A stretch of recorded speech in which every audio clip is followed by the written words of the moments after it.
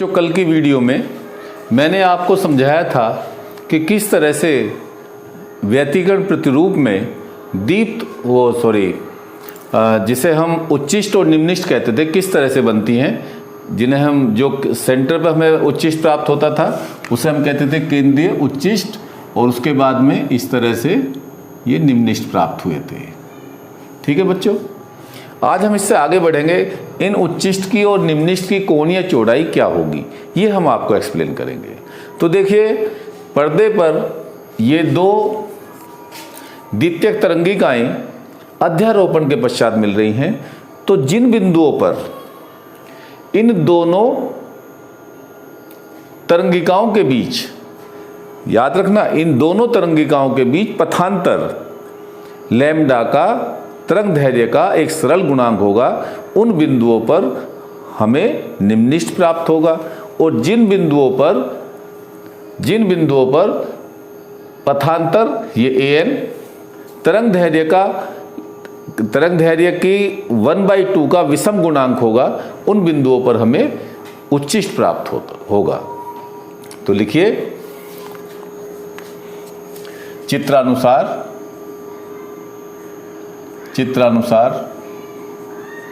पथांतर।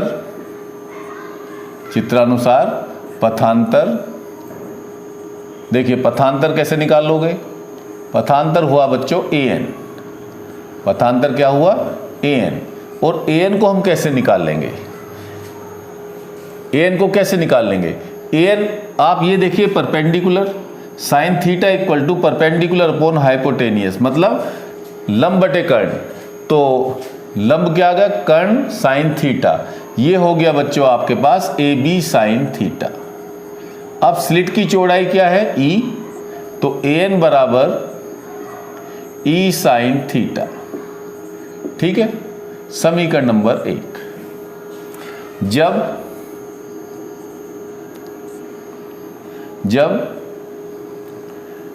द्वितीयक तरंगिकाओं के बीच जब द्वितीयक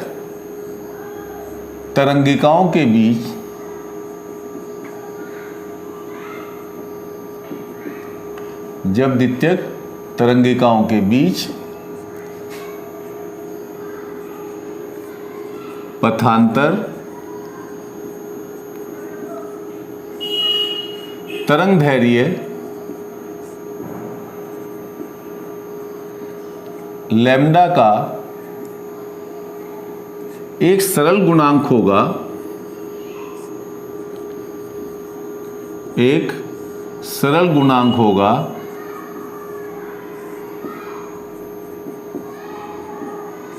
तब उन बिंदुओं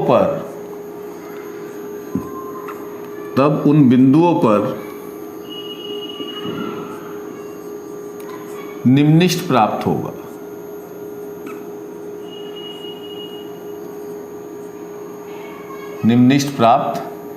होगा। तब प्रथम निम्निष्ट के लिए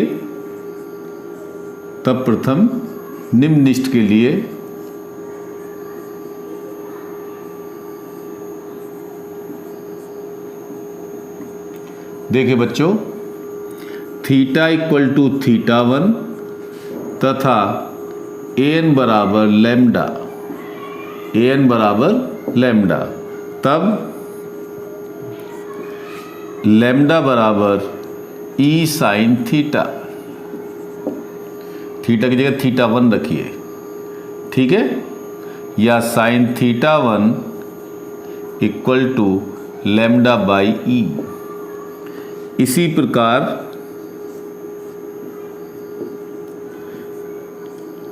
द्वितीय निम्निष्ट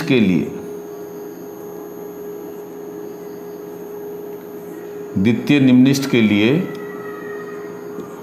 तो क्या रखेंगे बच्चों इसमें?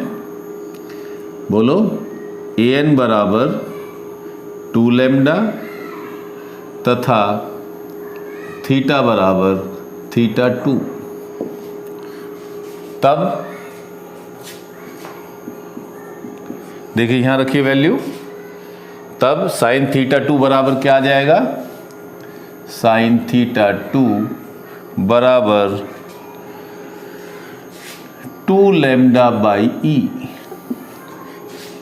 And so on. इसी प्रकार nth निम्निष्ठ के लिए, nth निम्निष्ठ के लिए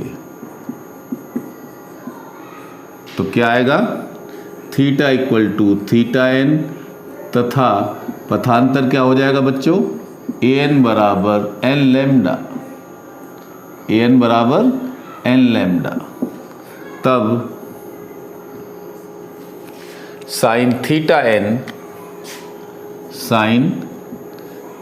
एन बराबर एन लैम्डा बाई ई, क्योंकि थीटा एन एक सूक्ष्म कोण है। थीटा एन क्या है बच्चों, सूक्ष्म कोण है,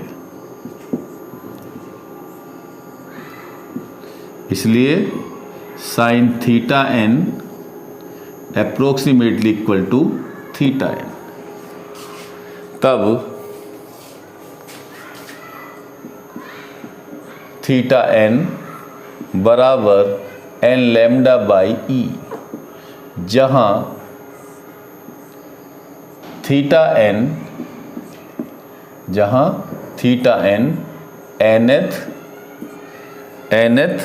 निम्निष्ठ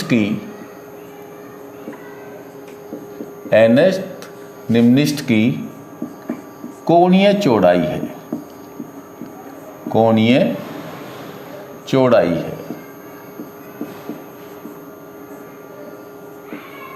ठीक है बच्चों। अब आपको मान लो दूसरी निम्निष्ठ की कोणीय चौड़ाई निकालनी है तो n की वैल्यू 2 रखेंगे, तीसरी की निकालनी है n की वैल्यू 3 रखेंगे, चौथी की निकालनी है n बराबर 4 रखेंगे। इस तरह से आप किसी भी निम्निष्ठ की कोणीय चौड़ाई ज्ञात कर सकते हैं। अब हम आते हैं उच्चिष्ट पर। तो बच्चों ये तो हमारा केंद्रीय उच्चिष्ट है ही है, इसके अलावा जितने भी उच्चिष्ट होते हैं वो कहलाते हैं सब्सिडरी मैक्सिमा या गौण उच्चिष्ट। तो इसी प्रकार अब नेक्स्ट लाइन से आप लिखेंगे,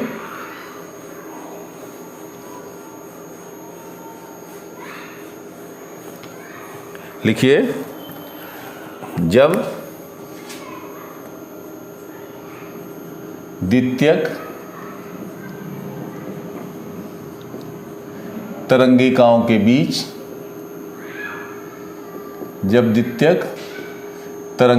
के बीच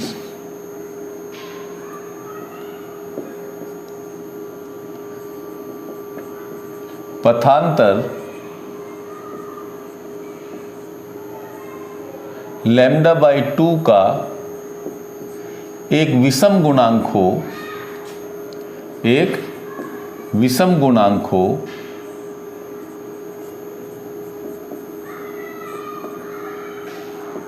तो पर्दे पर स्थित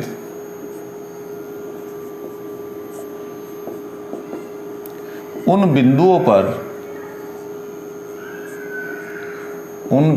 पर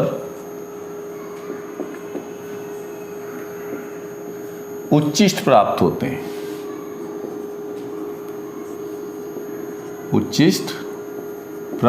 हैं,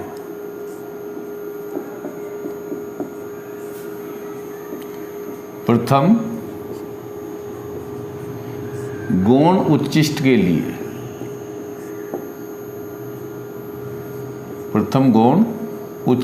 लिए,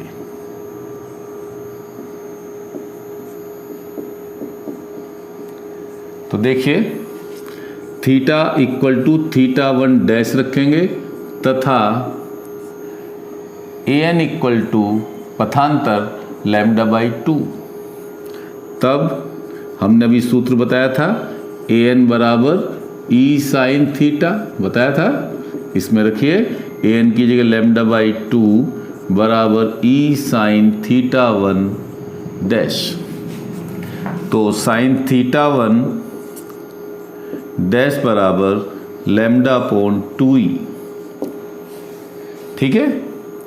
द्वितीय गौण उच्चिष्ट के लिए, द्वितीय गौण उच्चिष्ट के लिए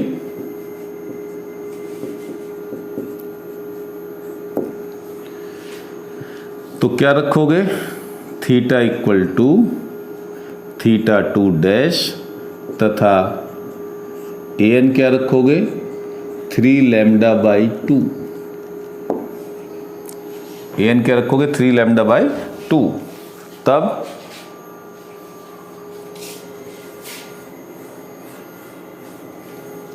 sign 2 theta dash, sine theta 2 dash बराबर कितना आ जाएगा बच्चों? 3 लैम्डा बाई 2e एंड सोन। इसी प्रकार nth गौण उच्चिष्ट के लिए, nth गौण उच्चिष्ट के लिए तो क्या रखेंगे बच्चों? Theta equal to theta dash n तथा an बराबर 2n प्लस 1 लैम्डा बाई 2। तब साइन थीटा n डैश बराबर 2n plus 1 lambda by 2e। क्योंकि थीटा n सूक्ष्म कोण है। कैसा कोण है बच्चों? सूक्ष्म कोण है। अतः sine theta dash n approximately theta dash n। ठीक है। तब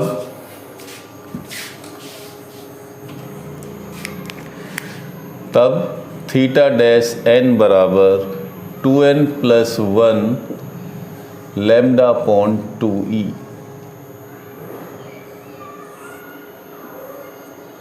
clear?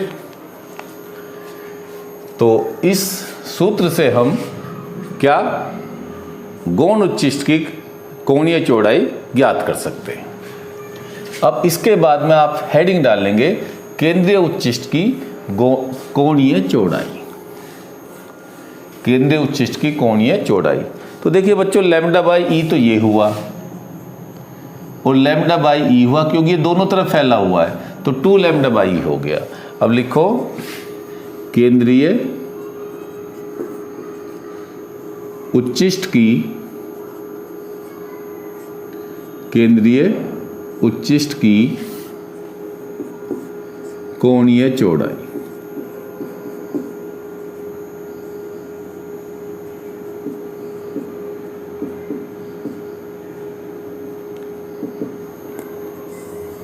Angular width, angular width of central maxima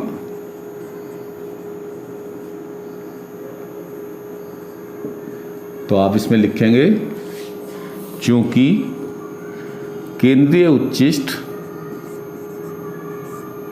चूंकि केंद्रीय उच्चिष्ट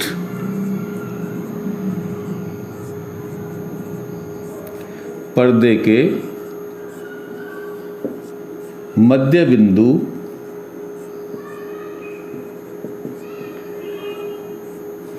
के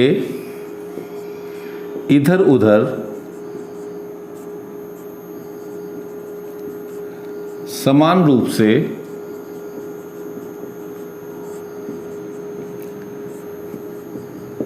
फैला होता है,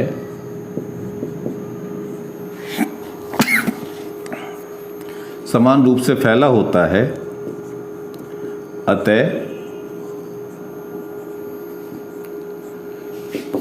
केंद्रीय उच्चिष्ट की, केंद्रीय उच्चिष्ट की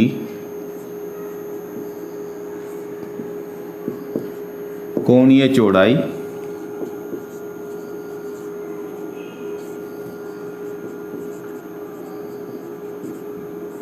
देखिए, तो लिख लो theta not equal to 2 lambda by E, theta equal to 2 lambda by E. अब देखिए, कोई सा भी कोण उच्चिष्ट हो या निम्निष्ट हो, उसकी हम रेखीय चौड़ाई निकालते हैं, जैसे हमने व्यतिकर्ण फ्रिंज में निकाली थी। अब देखिए बच्चों, हम ये मानते हैं कि ये इस तरह से ये फ्रिंज विड्थ है, हालांकि बहुत छोटी होती है, और ये मान लो इसकी स्प्रेडिंग हुई, फैलाव हुआ, ये एंगल थीटा है, ठीक है, और ये इसका वाई एन, nth फ्रिंज की केंद्रीय फ्रिंज से दूरी, और ये d हो गया, और ये आपका स्लिट हो गया। तो देखिए साइन थीटा n लगभग बराबर थीटा n बराबर किसके बराबर, अभी मैंने आपको बताया था n लैम्डा बाई ई। अब टेन थीटा n लगभग बराबर थीटा n बराबर वाई एन अपॉन डी। तो इनको तुलना कर लो, तब वाई एन अपॉन डी बराबर एन लैम्डा बाई ई। तो वाई एन बराबर N D lambda by E. इसी प्रकार इससे एक पहली की n माइनस 1th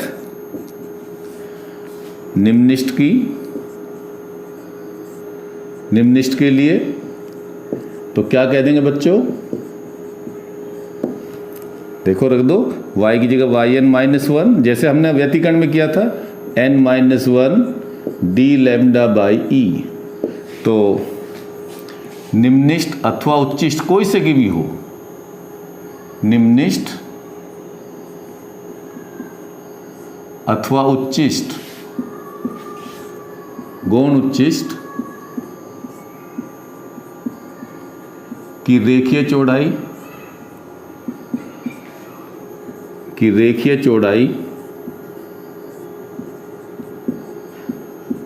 क्या आ गई बच्चों, बीटा बराबर वाई एन माइनस 1। तो बीटा बराबर वाई एन की वैल्यू रख दो N lambda by E, N D lambda by E minus N minus 1 D lambda by E. तो बच्चों ये हमारे पास आ जाएगा beta equal to D lambda by E. ये रेखीय चौड़ाई के लिए व्यंजक आ गया।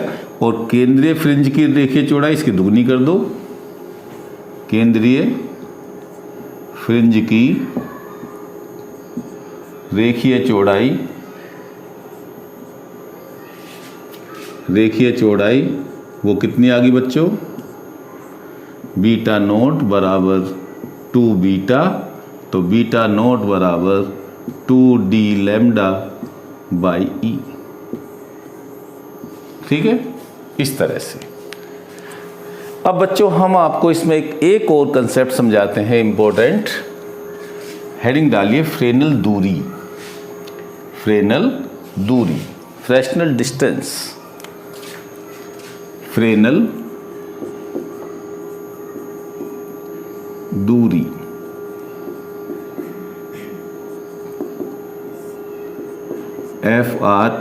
FRESNEL fractional distance. देखिए बच्चों, ये हमारी स्लिट हुई और ये हमारा पर्दा हुआ, इनके बीच की दूरी ये हमने d मानी है, ये d बराबर फ्रैक्शनल दूरी कहलाएगी। कब? तब कहलाएगी कि यदि पर्दे पर प्रकाश का फैलाव, स्प्रेडिंग ऑफ लाइट, वो स्लिट के साइज के बराबर हो। मतलब वाई एन बराबर किसके हो, ई के हो, वाई एन बराबर किसके हो, ई के हो। तो लिखिए परिभाषा क्या हुई कि स्लिट से पर्दे के बीच की दूरी फ्रेनल दूरी कहलाती है यदि पर्दे पर प्रकाश का फैलाव स्लिट के आकार के बराबर हो। ठीक है, तो लिख लीजिए इसकी डेफिनेशन कि स्लिट से पर्दे के बीच की दूरी फ्रेनेल दूरी कहलाती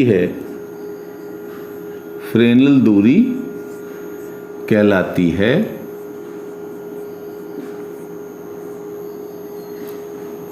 यदि पर्दे पर प्रकाश का फैलाव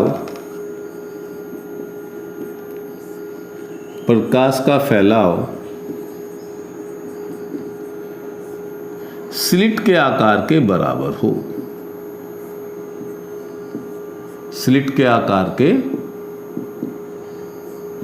हो। ठीक है बच्चों, एक नंबर में बहुत ज्यादा पूछी जाती है। अर्थात यदि y बराबर, या yn कह लो, yn बराबर कह दो चलो किसके, e के, तब d बराबर ZF। चूंकि देखिए बच्चों, अभी मैंने आपको क्या बताया, थीटा n बराबर लैम्डा बाई ई तथा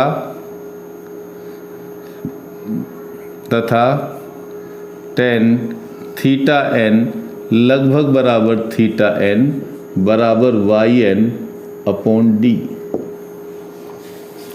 ठीक है, इन दोनों को इक्वल रखो, बराबर रखो, तो क्या आया बच्चों,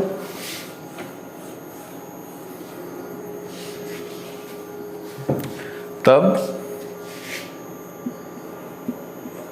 लैम्डा बाई ई बराबर yn अपॉन डी। चूंकि